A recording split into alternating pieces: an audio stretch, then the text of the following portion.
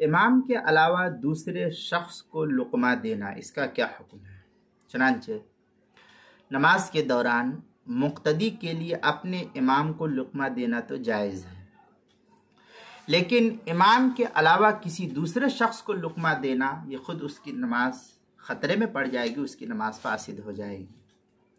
چنانچہ فتاوی شام میں ہے یفسد الصلاح فتحہ علی غیر امامہ، قال الشامی لأنه تعلم و تعلیم من غیر حاجت وهو شامل لفتح المقتدی۔